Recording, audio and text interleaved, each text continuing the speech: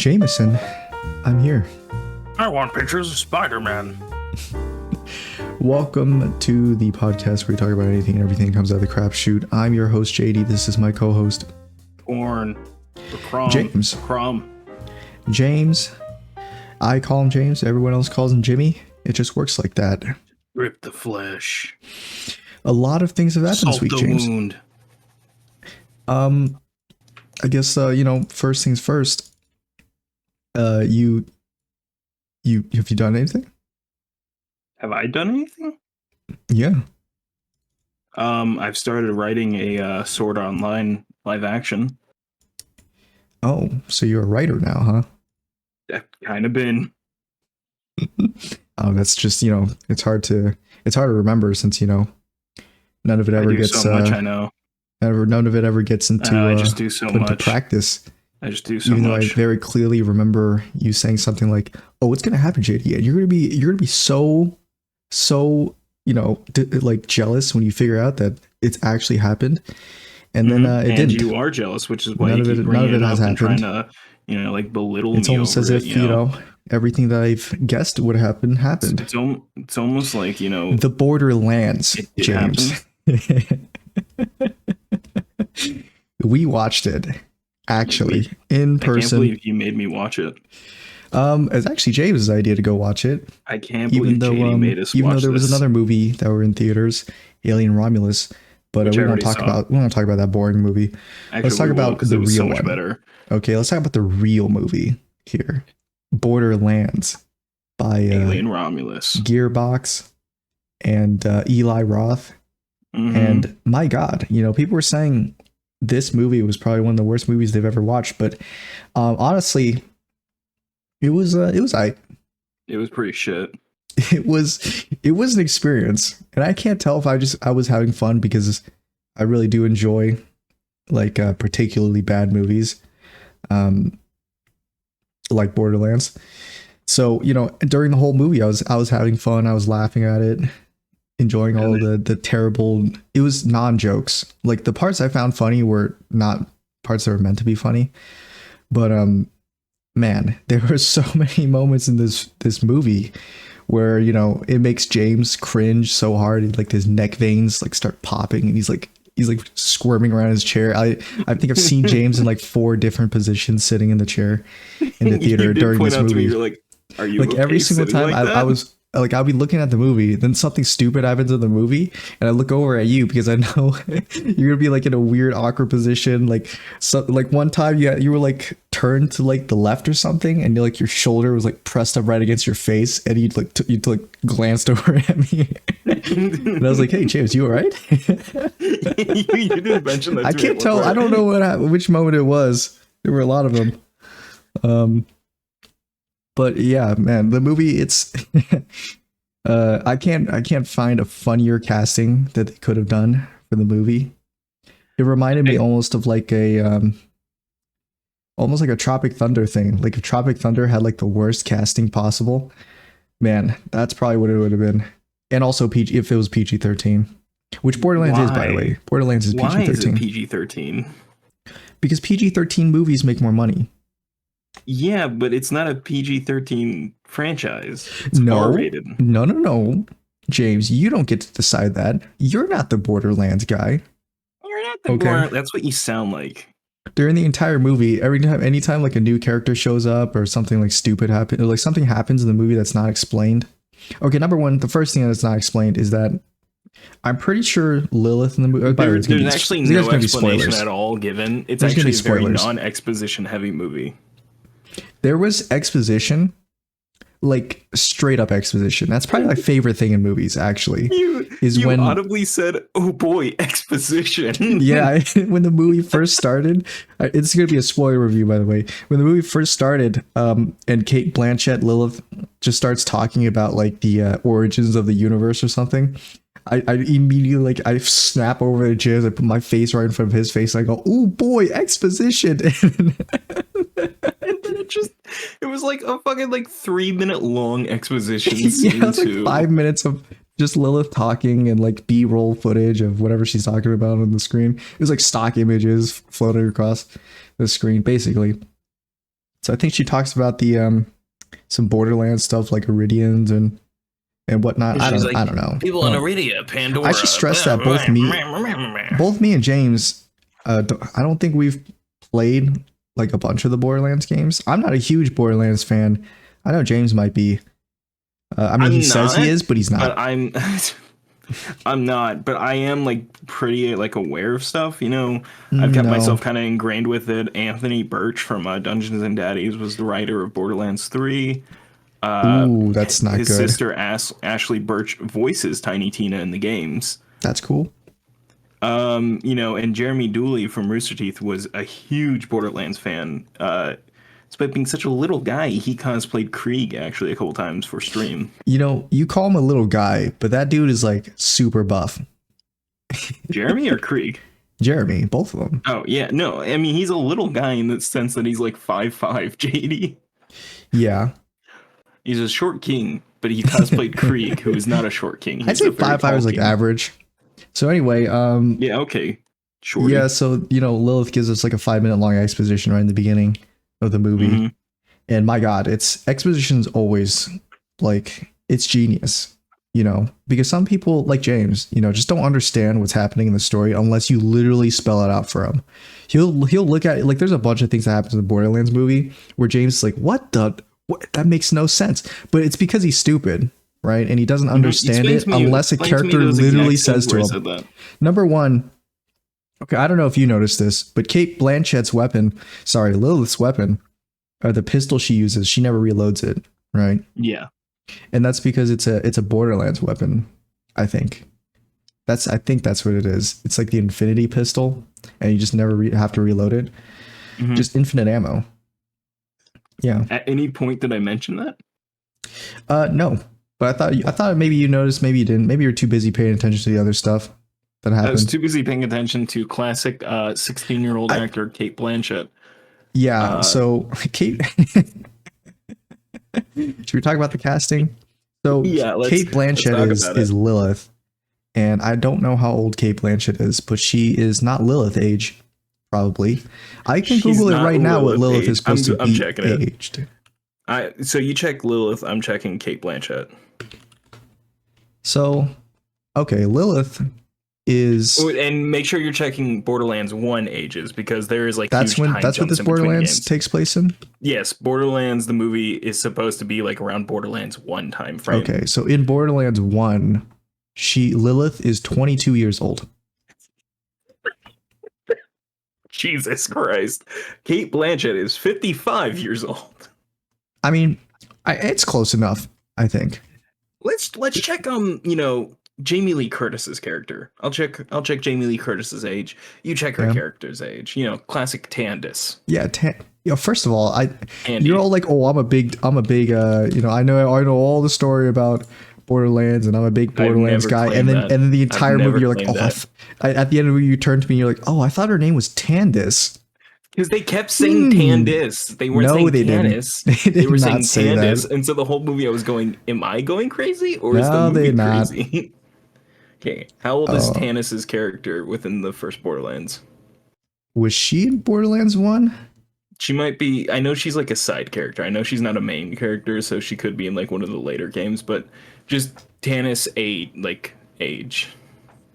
There's some conflicting information here. They say her, I know that at the start, it says at the start of Borderlands 2, her official character profile says she's 25. She's like, no, how old Jamie Lee Curtis is, JD? Let's give her like a little bit of leeway. Let's say she's like 30 plus, all right? Just to be like fair. 65. I mean, that's close enough. Like, these are very talented actresses, James. I feel like Kevin Hart might be close to Roland's age. He might be, actually, yeah. How old's Roland? Oh, I still haven't even looked at Roland. You always tell me that Roland's like a dude in in Borderlands. I've never even realized that he was in there. Was he in Borderlands 1? Is that what that is? If I remember correctly. Roland is 34. Also, I realized I was getting Roland confused for another character, but yeah. Okay. 34? Okay, Kevin Hart's only 45, so that's only like a 10-year difference. That's pretty close, actually. That one's not as bad. Still badly casted. I think Kevin Hart did pretty good. Nonetheless, still not a small guy. Yeah, his role isn't pretty tall. He's like 5. He says he's 5'11". I love people who have edited the pictures of him with his Borderlands crew and made him like super tiny to be like a movie accurate height. Yeah, so the Borderlands film, all the actors and actresses, they're getting old. They're not as spry as they used to be. These famous actors and actresses and stuff, they're getting old. And sometimes when you're casting them as to play much younger characters and you see them try to act younger, it just doesn't really work. There is a scene in the movie where I really felt this like hey, it's hip because I'm supposed to be 16 or like I'm supposed to be like 20 something. And it's when Cate Blanchett, Lilith first meets Tannis, like they reunite. Yeah. And so what happens is Lilith throws a little tantrum, right? Because she's a young, spry teenager. And so she throws a tantrum and she goes storming off into another room. And in this room, she just like she's like lying down on a table or something with like her arms crossed against her across her chest. Yeah, and she's just staring at the ceiling, and she has a bunch of dialogue lines as if she was like 20 years old. Where it's like you're not my mom, like that kind of dialogue. Right. She didn't say that. I thought for a second, you're not my mom, and my mom left me. She couldn't understand me. You don't understand me. Right. And then in this scene, we have Tannis aged 85 and Lilith aged 61, and they're both talking to each other like they're like one's 30 and one's 20. Wait, by the way, this implies Jamie Lee Curtis is again 10 years older than Cate Blanchett. There's a flashback later in the movie where Jamie Lee Curtis is a full-grown person with a bad wig, suggesting she's younger because they put her in like a brown-haired wig to make her look like all right. Herself. They don't de-age her at all. They just put big goggles on to hide like a lot of her features, which to hide her face. Really funny. I mean, Tannis is supposed to have. We'll hide you. Tannis does have like black brownish hair. She does, and they do it for the flashback, which I was like, oh, okay, so they care about it here. Yeah, there it is. It's because she's younger. They made her too old. Oh, she's younger. But it's just Jamie Lee Curtis is supposed to be like what, maybe in her 20s in that scene. Cate Blanchett's character that's is probably in her like 20s. 8. Might even be younger than 20s because Lilith is like 12 55. Or something. So here's the thing: Cate Blanchett is 55. Claptrap says he was canonically, because again we're doing spoilers here. Claptrap was designated by Cate Blanchett's mom to help Cate Blanchett when she comes back. Claptrap said he was on the planet for 35 years. So, how old was? Because I was a child in that scene, in that flashback. That was not like a teenager. That was a 35. You see, 35 plus 20 is 55. So, I think Lilith actually is like in lore, like it aligns. But, But does that imply that Lilith was a 20-year-old child in that scene? 20-year-old child, yes. Classic 16-year-old Cate Blanchett plays 20-year-old child. That was probably one of the favorite. That might have been your favorite. Or I guess my favorite joke that I told during the movie. It was the way you said it caught me so fucking off guard. Mom. Man. So yeah, the Lilith and Tannis both a little bit on the older side. I don't know. I have no idea about Krieg or Roland. Never heard about them. Krieg, I think Krieg definitely has like an age in the games, but I think it doesn't matter by the fact that he's played by a young dude and his face is hidden, so you can hide that information. I mean, we know that Krieg I think Krieg in the games isn't like an old person, and he's not old in the movie, so there you go. Boom. He's not an old dude. They didn't do something with Krieg that I wish they did, that they do in the games. Which is what made him a good character? Yeah. No, he was actually amazing. It was maybe the one mostly accurate character of everybody.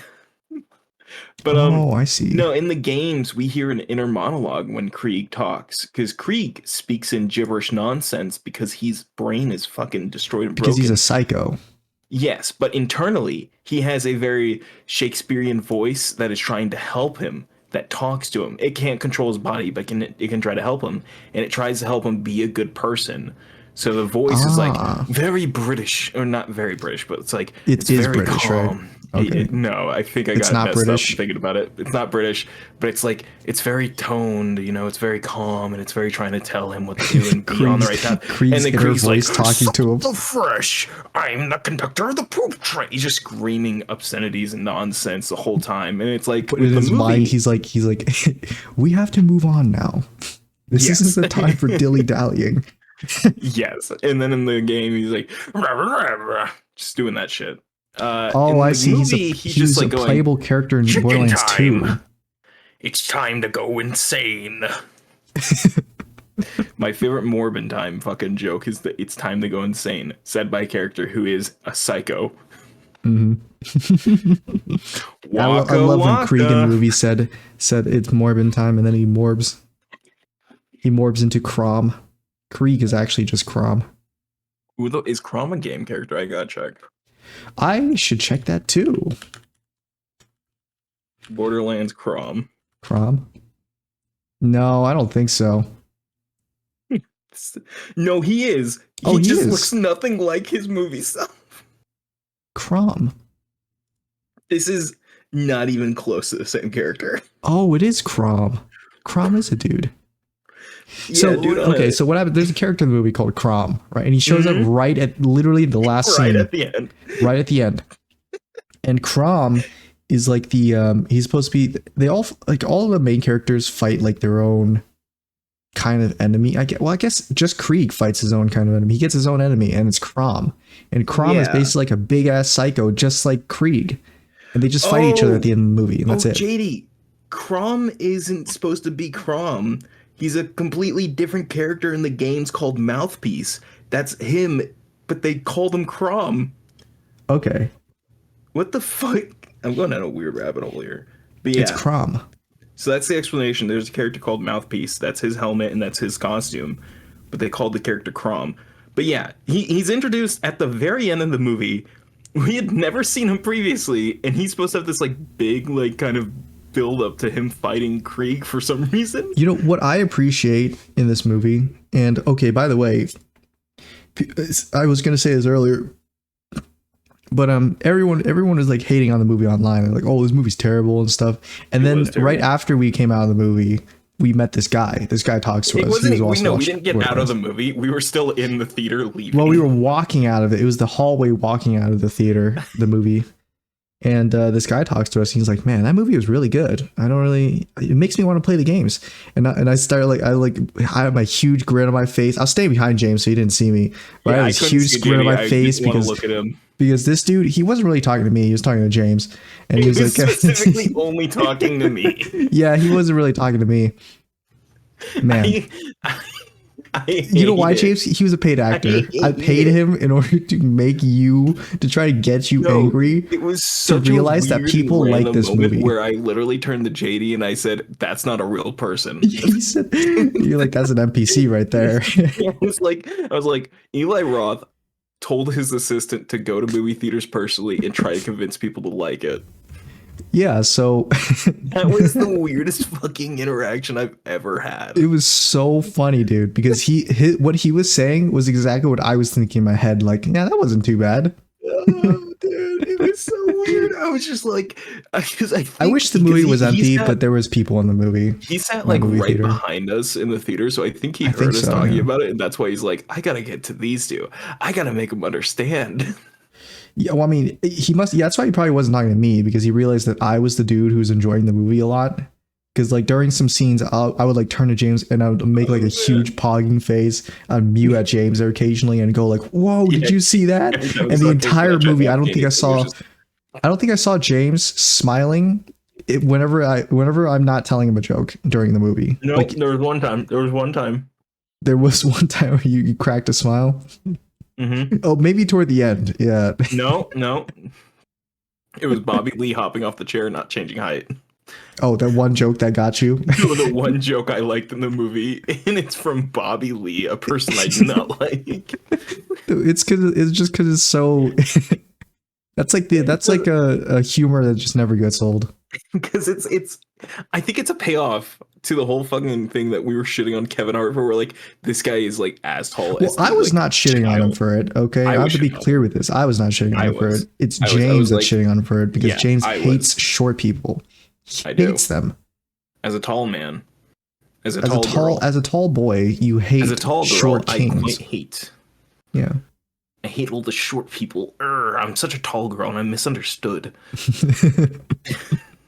I am the most hated person in America. Yeah, tall, it's because you just hate yourself for being tall. You know, like, God, why am I so tall and rich? God, that's Anyway, I just love that that I don't think it was intentional. But Bobby Lee is like slightly taller than Kevin Hart. The girl is almost as tall as Kevin Hart. That's why they're like best friends in the movie. Yeah, I'm like they're roommates. I'm like, dude, what the fuck? What is this? Yeah, so the joke is that like Bobby Lee sees like I don't know what his Larry. That's his name in the movie. Larry is like a soldier from Apex. Atlas. Atlas. Apex Atlas. Did you say Apex? Yeah. A real Borderlands fan here, by the way. Apex Legends. Bobby Lee sees Roland in Roxy's like bar, and so he hops off his chair. But when he does it, he like does like this gesture of like putting his arms out and like flailing them, so he flies. So he tries to like get off the chair real like quick, but he doesn't change height when he gets off the chair. So it's like. It's the so way he does the motion and you could tell he's dismounting from the chair, but nothing changes. And then Roland's like, oh, I gotta talk to that guy. He's my friend. No, he does it while Kevin Hart's standing in front of him. Mm-hmm. That's when he does the dismount. It's like they're talking to each other, and then it's like he's about to leave, but he's actually gonna pull a gun on him. And he does the fucking dismount of like he's still taller. Mm-hmm. I gotta say, dude, just 1 inch. There is like no plot in this movie, or the plot's like all over the place in the movie. The pacing sucks. I love the pacing. Bad. The pacing is like the intro to the movie goes by like real quick. Like it just zooms by like 1 or 2 scenes. Everything's set up for the movie, and then the very middle of the movie is like a slow slog. It's like a slog of like it tries to develop these characters like, oh, feel bad for Lilith, and you know, the beginning of the movie is literally Tina's a special girl and stuff, and then like that's probably the most boring part of the movie is the middle, the special part, girl shit. Like minus the action scenes. So if you take out the action scenes, the middle part of the movie is not great. Like it's super slow, and then the last part of the movie goes by like light speed also. So it's like fast, slow, fast. The them sneaking thing. Where they had to have Claptrap get shot was the most useless, unnecessary scene. That was part of the middle. That was part of the middle of the movie, and man, it made like it was funny. It was real funny, but it made like no sense. It was utterly unnecessary. It's so useless. Did not need to happen. Was just weirdly added in. Well, it's because it had to happen because they had to sneak by all the psychos. No, but that's immediately undone. Like in 2 minutes. Oh yeah, like there's another part of the psychos. Another part of the movie that Roland alone kills a majority of the psychos who are coming after him and survives. No, then it's like in that moment, there's a moment in the movie in that scene where you show yourself as not a Borderlands fan when Claptrap like with all like the bullet holes and damaged like metal he like collapses on the ground and he shakes a little bit and he like pops off his like the exoskeleton. Like he sheds his metal casing and he's like brand new underneath, and he gets back up and he's like, all right, let's go on. And then I looked over at you because I knew you would look at this scene as if it was like the most disgusting piece of shit you ever seen in the toilet. I was just so confused. You were just like, what the fuck? Yeah, because I was looking at him like, but that doesn't make sense because what just happened there, JD? What happened there? He exploded. There was like no model for a second, I'm pretty sure, and then it's like suddenly inside out he turns into a new Claptrap, and I'm like, but where did all the bullet holes it's like Peter go? Griffin from Family Guy. He sheds into a new Peter, but he'll be like vulnerable for like 2 minutes after or something. Peter in the basement. Yeah, so that Claptrap can't do that, by the way. He's invincible. That's what I said to James in the movie. Or when we were watching the movie, I said he's invincible. JD turned to me and he said, I'm da-da-da-da. I'm da-da-da-da. Yeah, so Claptrap does that, and then later in the movie, like Lilith it turns out to be a siren, and so she has like all these psychic powers. And do they even call her a siren in the movie? Tannis does. She has one line where she's like, she's a siren, and then that's it. It was like it was also calling her the fire mixed, like I don't blame you for missing it because it was mixed very poorly. Like there was a bunch of explosions and stuff happening in the background, and so you could barely hear her. But she does say she's a siren. So okay, because like I was waiting for them to say siren the whole movie, and I'm like, they keep calling her the Firebird, but I know it's siren, Firebird, so it was like that's fucking with me, and I was like, what are they gonna call her siren though? Like that's the one thing I know is because it's like in the scene where they introduce Krieg, he meets his love interest Maya, who is a siren. He goes, "Holy shit, that's a siren! The most beautiful thing I've ever seen. That's a siren." And then he just screams, "I'm the conductor of the poop train" at her from a distance. Yep. Yeah, I love the. I think they nailed Pandora. You know, I thought the movie would look a lot worse than I was expecting, but it looked all right. That's one thing I think it has going for it is the that sets I'll give it a okay. compliment. Is that the sets were pretty decent. I think they're pretty well done. You know, I think crop wise, I feel like they weren't given enough attention. I feel like a lot maybe.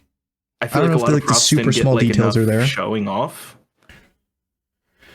But hey, I mean, you know, Pandora looks like Pandora, and you know they have some scenes that are pretty interesting. Like a desert, yeah. There was like an action sequence near the beginning of the movie where Lilith finds Tina. By the way, Lilith finds Tina like right away, and so she finds her. So fastly done. She finds her, and they have like this action sequence on this cliffside with a bunch of stacked like buses or something, trucks or buses. And that's like pretty cool. Shipping containers or something. Yeah.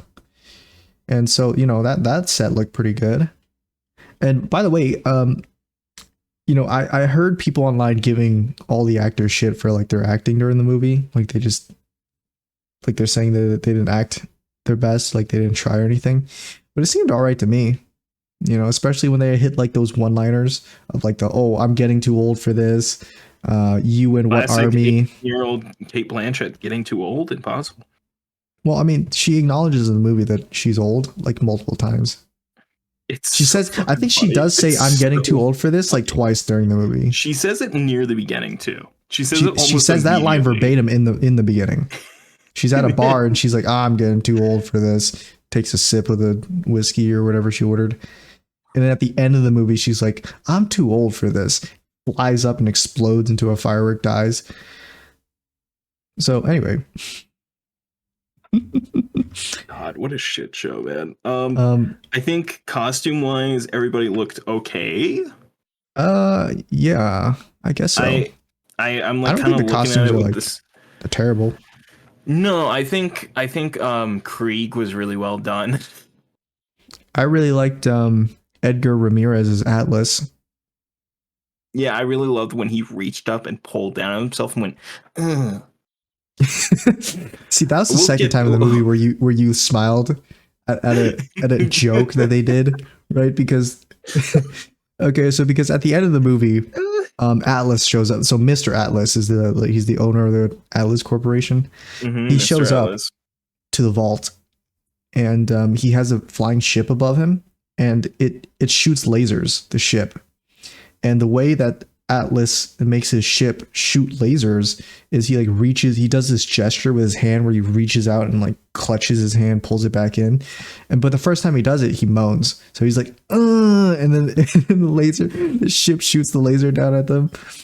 But he only moans once, but we just kept making jokes that every time he does the gesture to signal the ship to shoot a laser, he goes, you know?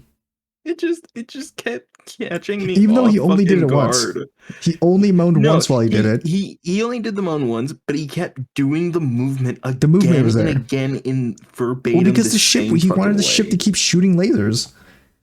It's not going to shoot lasers without him going, you know? Here's the thing. The reason I think I found this as funny as I did is because the movie began, we saw the Venom trailer, and in the Venom trailer, for some reason, the guy at the end of Venom 2 who's a cop that gets infected by the symbiote or something, he glides across a room and then like weirdly slams up against the glass by like raising his fist and like hitting it on the glass.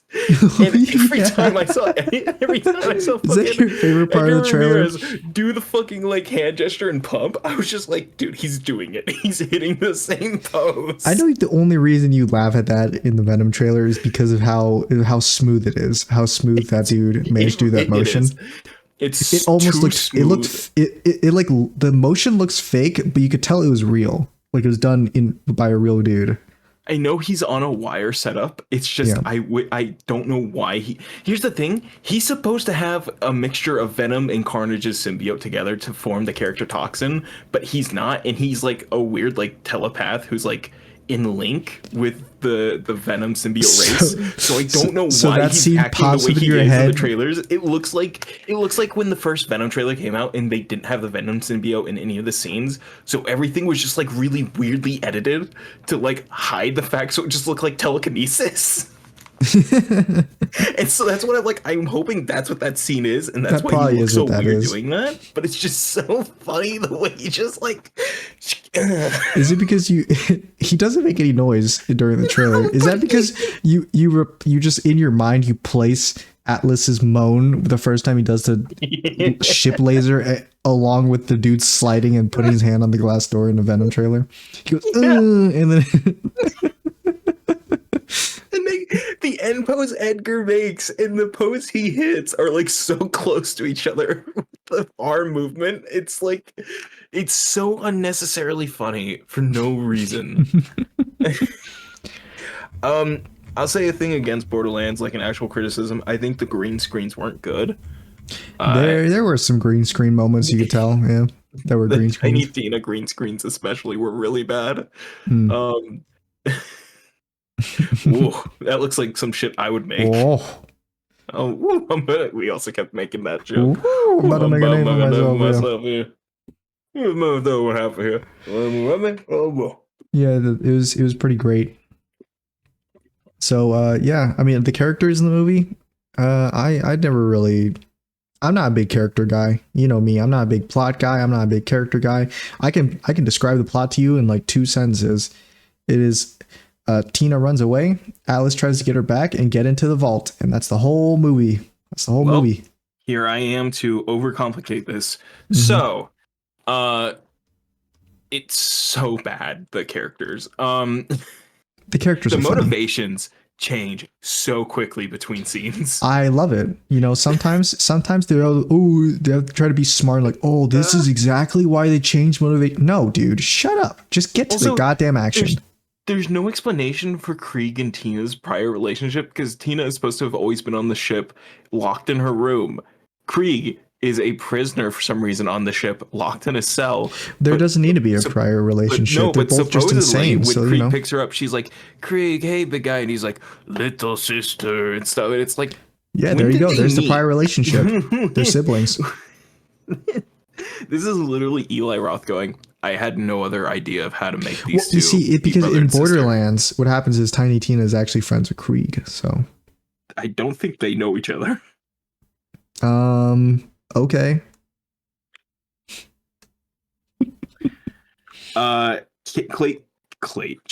Kate Blanchett's character is like so flippy floppy with every motive and decision she makes. I mean, it seemed pretty normal to me, you know. It was like, you know, at first it's like, oh, you know, I like money, and then later in movies like, oh, you know, I like family. And that's it. I meant in the fact of like in the movie where she's like, well, you know, because I helped you guys, I can't turn back to Apex or Atlas. Yeah, you know, I mean, I get what you're saying, James. You're probably like my father, and you're like, oh, I want these deep, rich, developed characters, but those are boring.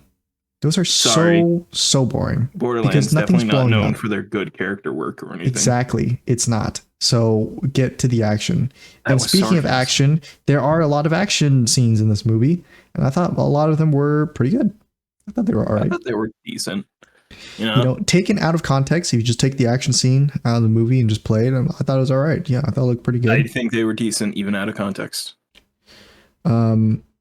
Yeah, you know, one of my favorite parts of the movie, for like action wise, is when you know, Kevin Hart's driving them in the truck, and they get into a car chase sequence, and you know, they go into like the Thresher Pit area, and the Thresher Pit area is just full of like farts and piss and shit. And then what they do is they drive, and they get like cornered at some point between a Thresher and the Atlas private military, and so they rocket boost toward Thresher with its mouth open, and they fire rockets at it, and it explodes the back of its throat, and they drive out through the back of the throat. I thought that was pretty cool. Yeah, it really reminded me of that scene in Guardians of the Galaxy where you know, Thrax goes into the belly of the squid monster thing and then cuts his way out of it by somebody else cutting a hole and him just popping out. It literally was just like that. I mean, it's not like the most original thing ever to like fly into a giant monster and then blow out of it. Mm-hmm. But I mean, that was cool. This movie, hey guys, I'm gonna cut the shit. This movie's just really bad. Do you want to give your rating for it now? Oh, I meant just to hit him with this is just a bad Guardians of the Galaxy. Oh, is it? Yes. That's interesting. Are you waiting for me to say that I've never watched Guardians of the Galaxy? Sorry, it was you going, that's interesting, and I was expecting something more. Yeah, the something more is I never watched Guardians of the Galaxy, so I don't know. I don't know if Guardians of the Galaxy could top this. I don't think I would laugh at all during Guardians of the Galaxy. Okay. If Guardians of the Galaxy has any like, have you watched the Scooby-Doo movies? If they have more of like the character development parts and like the plot like overarching scenes, that'd make it too boring for me. I don't know if I would want to watch that. Life is too short, man. Why would you want to watch watching some rando like cry their eyes out because their family died or something? Like that's stupid. I mean, I don't know. I want to see like Threshers. He goes, "It killed me to put that tumor in your mom's head." I want to see Thresher tentacles go up inside Atlas and drag him into the pits of hell into the vault because there's a Thresher in the vault. It was a Thresher, JD. It was probably a Thresher. I mean, it's got tentacles and stuff. What else would it be? Here's the thing. It's definitely the Thresher character model, I'm sure. Okay. I don't think it's meant to be the Thresher in the scene, though. Well, Thresher. I thought Thresher was just like a species of. Yeah, it's just a big squid, but that's like squid within the vault. I think it's like a different thing entirely. Yeah, but it was a Thresher. You know, yeah, it's Thresher. Fuck me. Are you trying to tell me? Oh, it's the same character model, but it's actually something different. No, it was a Thresher. Technical analysis standpoint.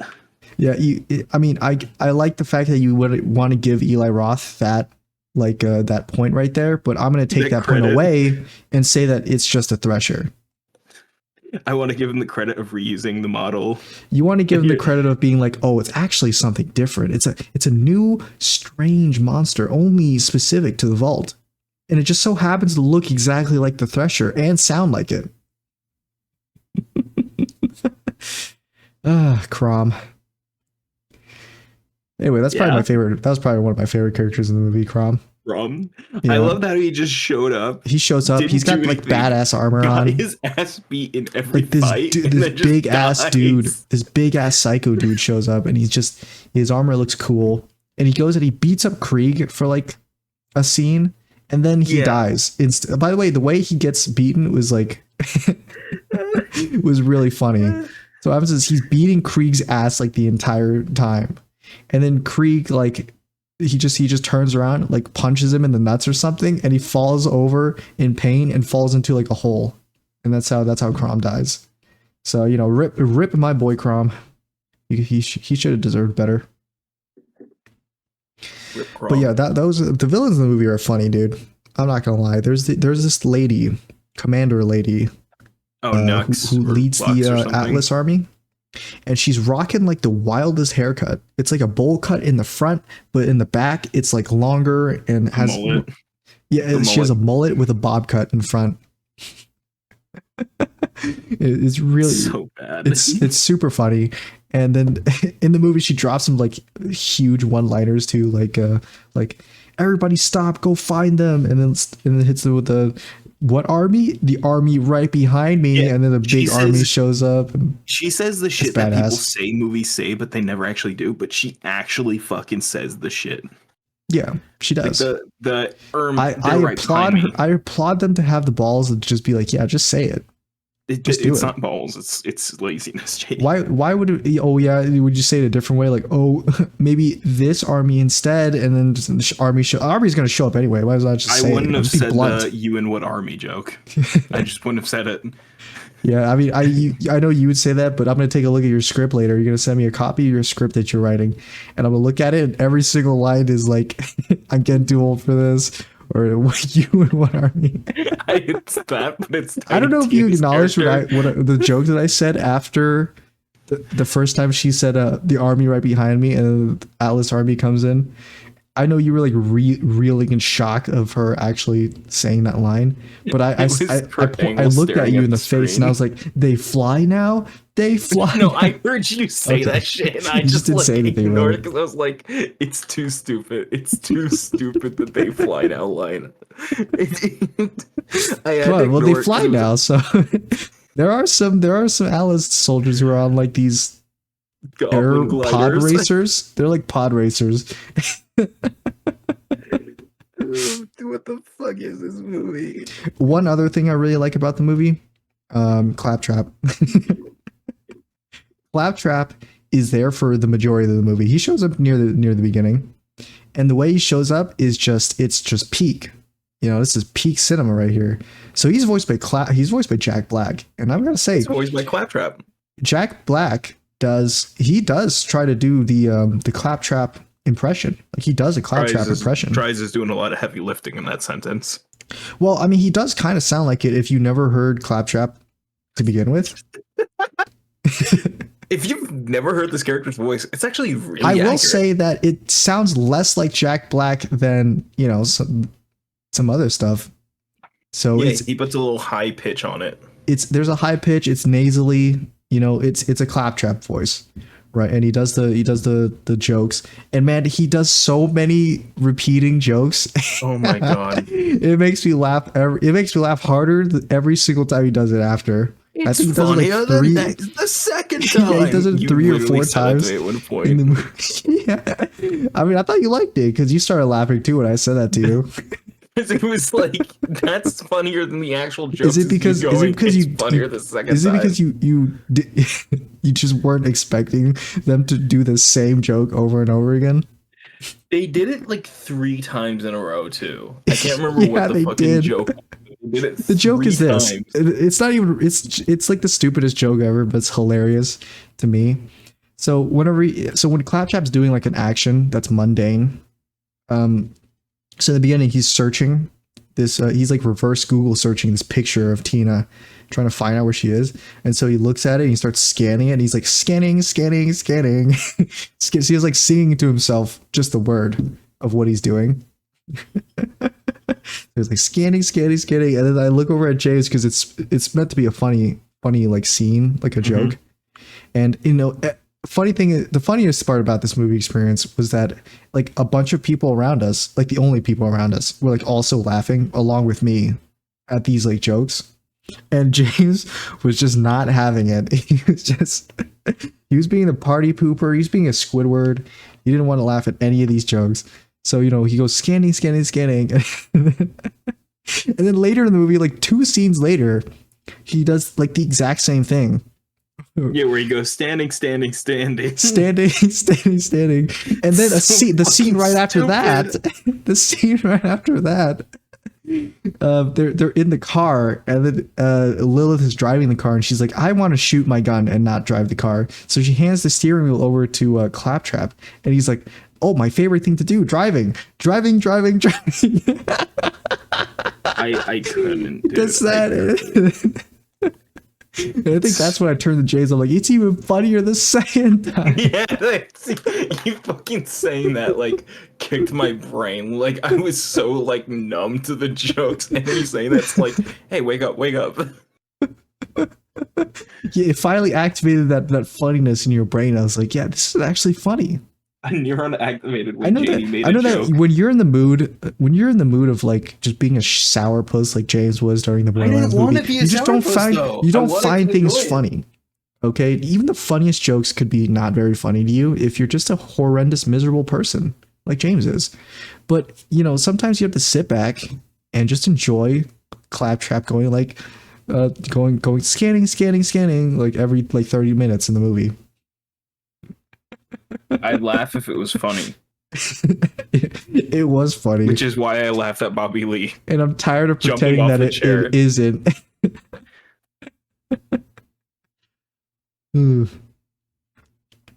But yeah, I mean, almost every character. Actually, funny enough, Lilith is not a very funny character in the movie. She doesn't crack a lot of jokes. Unfunny. She's super serious, and that's okay because sometimes you need a serious character to contrast with the funny characters like Claptrap and Royland and Tina and Krieg. Ew, it's P. And Atlas and Bobby Lee. Bobby Lee is in more of this movie than I thought he was going to be. He's in 2 scenes total. Yeah, he's in 2. he's in 2 scenes, and I wasn't expecting him to make the return for the second scene. I was actually surprised. I was like, "There's no way." Yeah, I thought that was a one-off thing. Why didn't Bobby Lee get his face down with Roland? I don't know, but yeah, some other Borderlands characters show up in this movie, like Marcus, the arms dealer. The dude you always see on the ads in the games, he's there. He drives the bus like he does. I don't remember if it was Borderlands 2 or 3 where it starts with you like choosing your character and he's on Marcus's bus and then you get off and he's like, "Good luck, Vault Hunters," and then drives off. And Marcus is in more than one scene. He's in actually, so weirdly enough, he's in like 3 scenes where he's like the bus driving scene, and then he shows up in Sanctuary City. Where he's just running his gun stall there, and then he shows up multiple times in that same city where he like talks to the guards, talks to the main cast when they walk by, and then at the end of the movie we see him again with other Borderlands characters. Other Borderlands characters like Ellie. I remember her name now. Ellie, the mechanic in Borderlands, the one that's really fat. Jesus. They have her in the movie. Unfortunately, she's not as fat in the movie than as she is in the games. She's also not a character. She's just there. She's a character in the movie now. It's there. Not really. She doesn't have a line, but technicality. She shows up for like 2 seconds. By the way, it cuts to her for 2 seconds and then bye. Not there anymore. It's my favorite thing of. It's like in the Power Rangers movie where they randomly have Jason David Frank and the Pink Ranger for a scene, and it's them standing. They're on a green screen. They're the only people in the shot in a green screen, so it's like very noticeable. And it's like they're in front of the camera. It's like who are these characters that we're just cutting to? Who are you? Yeah, it's like, oh hey Marcus, who's your 2 friends? Oh yeah, they never explain Marcus in the movie. There's this random lady and this truck driver, you know. Yeah, but you know Marcus is there. And Moxie's there too. Yeah, I thought they nailed Moxie. She looks pretty accurate. Hey, let's check the ages of the characters again. I'm pretty sure Moxie's like on the older side, if I remember right. I don't believe so. Oh, I don't know. I don't even know if they have the age or. Yeah, you check Moxie's age. I'll let you know the actress's name. Mad Moxie's age, in parentheses, don't think about it. She's 52. In the first game? In Borderlands 3. Okay. Well, again, Borderlands 3 is after a time like skips and whatnot. All right, so she's like 40 something then. She's like around 40. 62. Again, not far off. That's probably the closest, other than Kevin Hart. Okay, I can forgive this one. Yeah, I mean Moxie. I never thought Moxie was like supposed to be like a young spry character in Borderlands. No, I didn't think young and spry, but I just didn't think like too old. So I wanted to Didn't double think check. Cobweb collecting old. I did say it. I didn't say it, man. You were thinking it though. And you were not thinking for a it. second did I say it. That was you were all thinking you. it. You were thinking that was you. Whoa. So Whoa. Anyway, there's some moments in the movie too that were like they were really funny to me because of how ridiculous it was. But I know James was just crying in pain. So there's like a fake death. There's a fake death in the movie. I hate this. Yeah, there's a fake death in the movie where when the gang is trying to escape from the blood psychos in the sewers, the elevator is broken and they can't get out of the elevator. So what happens is Royland has to come out of the elevator. Justin Roiland. He has to come out of the elevator and connect these wires and hold them together so the elevator works, and so the rest of the gang can get out. And so they press the button and they leave. Tina, you gotta get really out of here. He says, I'll meet you there at the vault. And so they leave through the elevator, and then a bunch of psychos break down the door, and they just full body tackle him. They say, I'm the conductor of this poop train, and they all full body tackle Royland. Nope, they said that. I would have preferred it. And then and then that was supposed to be like they played it as if like it was an emotional death scene, like Roland is just dead, he's just not going to show up anymore. As if it wasn't a completely avoidable thing. Yeah, because what happens is right after the elevator starts and they start going up, Lilith just decides to teleport them out of there. So it's also, he had so much time to get onto the elevator with them. There was a little bit of time. Yeah. No, but like he didn't need to be there. No, he needed to be there because if the wires are connected, the elevator won't move. So it's like he has to just stay there and connected the wires already and could have gotten back on the elevator. No, he's holding it together. If he let go, the wires just disconnect again. He James. taped it together already. He didn't have to hold it. It's just bad writing, JD. I'm sorry. That was just dog shit. No. Okay, so what happens is after the little decides to teleport them from the elevator into like some ruins area where they decide to rest for the night. So yeah, that was another like it was like back-to-back moments of James going like just getting like shocked, like whiplash from like the movie. You could hear my neck snap backwards. Yeah, number one, Roland comes out of the elevator to fix the wire and doesn't get back on. Number two, Lilith can teleport them, so she teleports them to the ruins. Number three, Roland dies in quotation marks from the psychos. Stupid.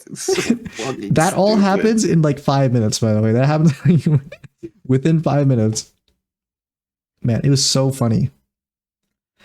So yeah, and the end battle sequence is pretty good too. I really liked it, mostly because of Atlas going and then pulling the ship lasers. But Lilith becomes like OP and she like sprouts the fire wings. What his fucking accent was. I don't know. I just thought it was like a weird European accent. It sounded Israeli. I'm not a big. I know your hatred of them is just makes you see them everywhere, but I don't know if that was what it was. It's exactly what it sounded like, though. That's why I'm like, what the fuck? I thought Israeli people just had a European accent. They got like vague accent. They don't have a defined accent. I think they definitely do have an accent, but I can't place it. I don't know what it is. Well, I can tell you this: it's not a single Middle Eastern kind of sounding accent. Oh yeah, what does a Middle Eastern accent sound like? Not Israeli. Yeah, so at the end sequence, Roland shows back up. He rocks up.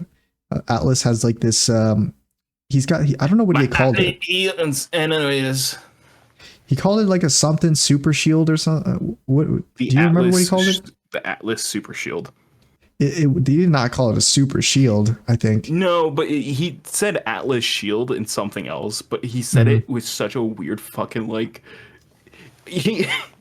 I perfectly replicated what he said in the theaters, and I've never been able to replicate it since. I've been trying, and I don't know how I said it in the moment, but I perfectly said it in the stupidest way.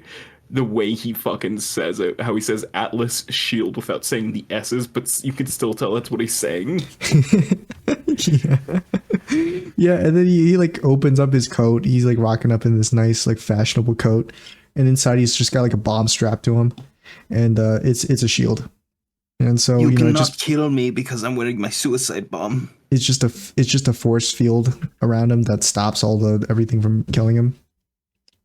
And so Atlas, the lady with the bowl cut mullet, just decides to switch sides at the end, and she defends our ragtag group. No build up to this moment. The build up is that over the fight scenes, her and Royland are like exchanging passionate glances at each other. Are they? And then she says in one of the second to last fight scene where she's like, "Man, maybe I was wrong this whole time," and then maybe the journey is the friends we made along the way. That's what she says.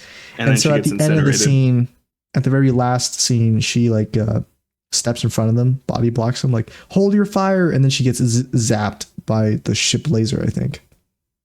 Or was it? It might have been something else, but she gets zapped, and no, it was vaporized. The ship laser cannon. Yeah, he goes, and then she gets zapped by the laser. It was so funny. So yeah, she dies, and then they go into a fight scene. Yeah, but Lilith is OP, so she's a siren. You know what sirens do? Nope. OP stuff. I don't know what sirens do though. Me neither. Because they're not called sirens. So I don't know who the fuck these people are. Well, there's only one siren, and that's Lilith. No. Turns out that she's the daughter of not the only siren. She's the daughter of Promethea. Arabia. Daughter of Iridium. Iridium. That's what it is. Something like that. Yeah. She's the Firehawk protector, so she's like Firehawk. She does the whole like I realized how strong I am during the last act of the movie, and she goes crazy. She goes sicko mode. I don't know what kind of powers it is really. Is like psychic powers? Just I mean, you're the one who knows the Borderlands story, right? I only played some of the games. I don't listen to any of the plots or anything. So, so what is it? It's funny. It's what are siren powers, James? Well, she turns into Captain Marvel firstly. It does look a lot like Captain Marvel CGI. Doesn't just look. It is. It is. It quite literally is, where she flies up at the ship as she's getting shot. Yeah, I think I did say that to you, where I was like, "Hey, look, it's a Captain Marvel reference." You did. That's why I'm like, nope. Because what happens is she tries to fly up. She tries to do a Captain Marvel on Endgame and fly into the ship to like go through it and explode it or something. But instead of doing that, she just flies toward the ship, like smacks into its like shield, and then falls to the ground. So fucking stupid. Man. It was so funny. Holy crap. My God. Yeah. And then they go into the vault, and the vault is like this CGI cubes, a bunch of floating CGI cubes. Lilith like not rips. She like knocks him down. She destroys his ship. And he's like, "Idiot, if you don't allow me to go into that vault, I'll kill Tiny Tina, your surrogate daughter." Mm-hmm. And she's like, "Okay." Okay, chump. Blats them both, kills them both. Rub some dirt in your eye. Yeah, Atlas is like, God, I want you to do what last thing? I want you to kill Lilith. Yeah, and then they go into the vault, and he's like, "Wow, look at all these Allsparks and technologies all around us." The cube. I said they were Allsparks because they were just cubes. It was a very good joke. I can't take credit for it. It caught me off guard too. I laughed at that. I laughed at Janie's joke during what was supposed to be a serious scene. Atlas none of these scenes are meant to be serious, except maybe Lilith looking at her like 14-year-old mother. So Mom? Which also did turn out to be which also did turn out to be very serious because we cracked some jokes during that scene. Because what happens is I think the actress that plays Lilith's mother is like the one from Hunger Games.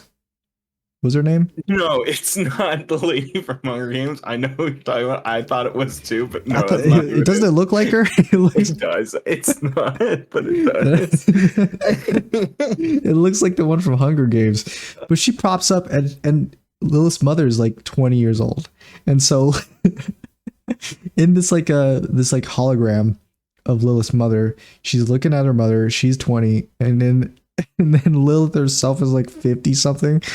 And so she doesn't say it, but during the movie, we make this joke where she goes like, "Mom." No, she does say it weirdly. She does say that. Though. She just didn't say it as weirdly as we repeated it to be, I think. But she does say something like that. She says like, "Reality Mom? Can be whatever I want." She goes, "Mom," but then because I was thinking that she was supposed to be way younger, I go, "Mom," in like a higher pitched voice. But yeah, they had that scene. So that's when she realized she's a siren and actually OP. She pulls an invincible and she's like, "Eddie, you are so powerful. Italian like nut." Yeah, she pulls your mother. Tommy was She pulls an invincible and she's like, I'm actually OP when I'm just holding myself back so I don't, kill people. And then even though that's not true and you're just weak. For she is the Firebird. She is the Firebird, the Phoenix. The Phoenix. Like a phoenix, dressed as a Firebird. Yep, just like that. Exactly. And that, kids, is how I met your mother. Yeah, so that's where the movie wraps up. They just hole up in Sanctuary City. They kill everyone. They beat all their enemies, kill them, with no blood because PG-13. They don't take anything from the vault. No, nothing from the vault is taken, and that's because James. That's because she's protecting the vault now. So there you go. They can access the vault anytime, but they just don't want to take anything from there. So now they're there protecting the vault and the planet, and happily ever after. It was a very happy end, Yeah, good and feels. Then Lilith turns to the camera, points at us in the audience, and she goes, "I'm getting too old for this." And then one last thing, before we give our ratings for the movie.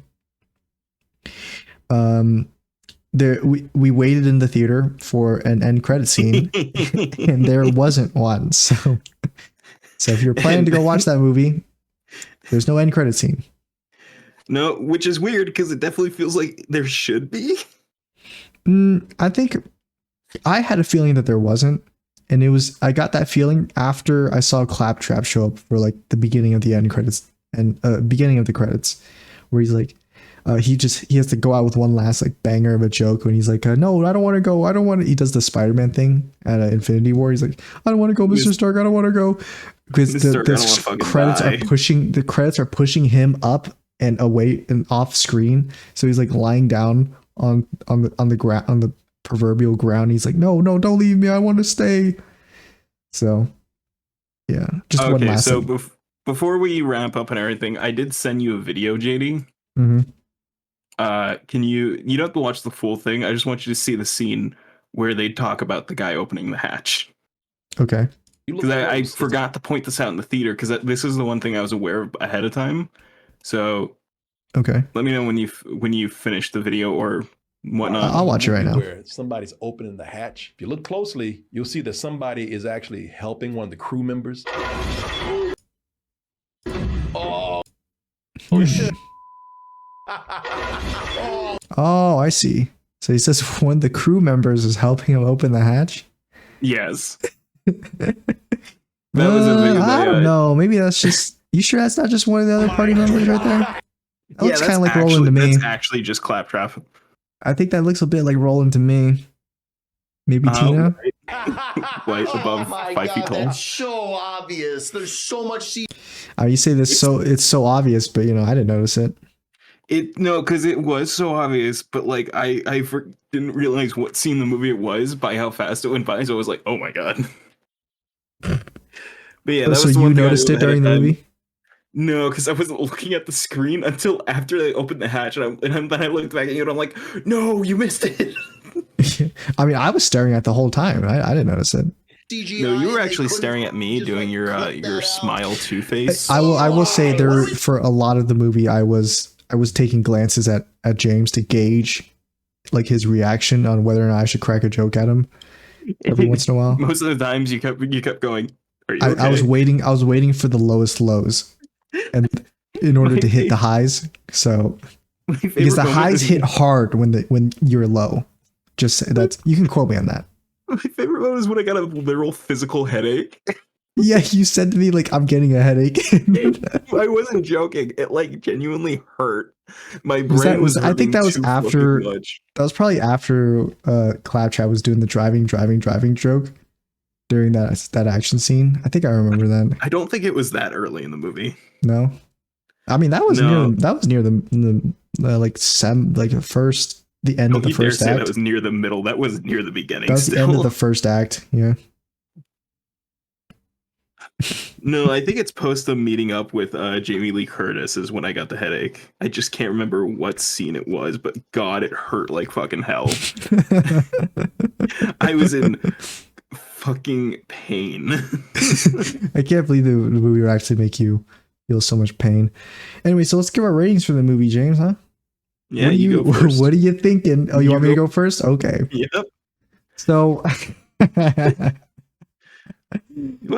I'm not gonna lie. A lot of this is because I'm biased, and I watched the movie with James, who I was going into the movie already expecting it to be so bad it was gonna hurt James, and I was excited about joking about it to James.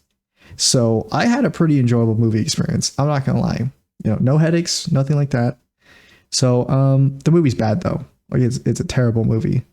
I'd give it a 5 out of 10. I'd say it's about average for me, the movie experience. What about you, James?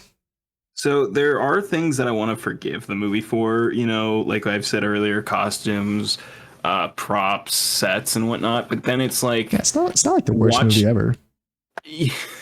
I watched the movie and I'm like, this was so bad that I know if I went on my own, I would have been so fucking upset that I wasted money. But I know because I went with you, it was a much more fun experience. Like Meg 2, I had as much fun as I did because you were there to like just talk with, just be like, just I was there for you to go like, what the fuck is that?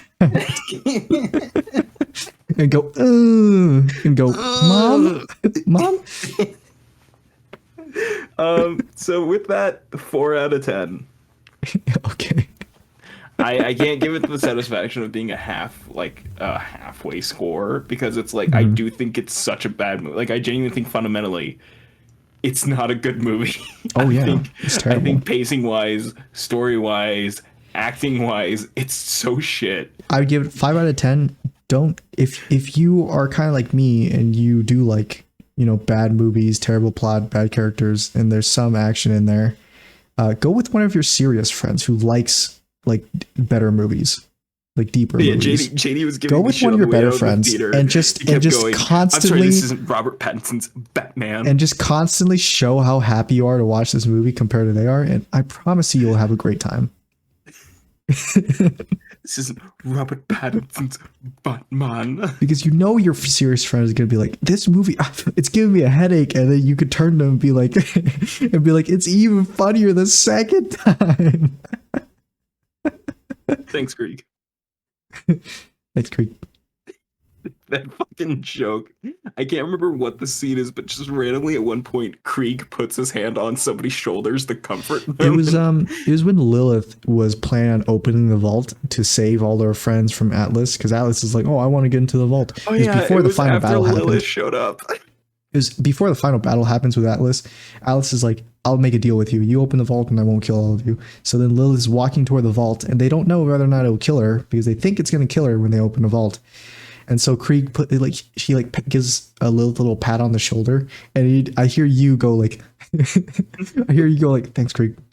I did say it like in a really small voice because I was like, I don't know if this is funny. Yeah, but it was quiet. It was quiet in a theater because it's supposed to be a serious moment. But it's also, she like looks at him as if she's like thankful, so that's why I said it. But it's like, have they talked? Have they interacted as characters outside of their one time they fought? Krieg and Lilith? Yes. Yeah. Yeah, they're basically like, you know, brothers and stuff. Lilith finds her family home in the so picture. She's 5 out of 10, James 4 out of 10. Also Krieg's next to her. Verdict, don't go watch the movie. Don't spend your money on the movie unless it is with one of your friends who you know is going to have a bad time in the movie. Who and bought you the tickets aren't, for you and keeps blaming you. And who aren't. Okay, so there you go. And don't waste your money on this unless you trick somebody else into getting you to go. Anything else you want to add, James, before the end? Because we are running. Oh shit, there was something, but I can't remember it. No. That means I gotta do my outro. The saucy nugs. I got into my car this morning. Yeah. All I could smell was the saucy nugs. I won't explain what that is. We'll just Borderlands it. Saucy nugs. Why. You took the trash. I don't know why I could smell it. What's in my car? If you guys enjoyed, you should subscribe. And we do this every Sunday. That's when the Crap Chute comes out, every Sunday. If you like James, his links are in the description. Do you have my TikTok link? No. You want to send it to me real quick? I'll put it there. Yeah, I can send it to you. Okay. Some more clicks on the gram, but not the gram. Sure. Yeah, but James is in the description. You want to check him out. And that's it from me. James, bring us out. JD hates Wendy's so much.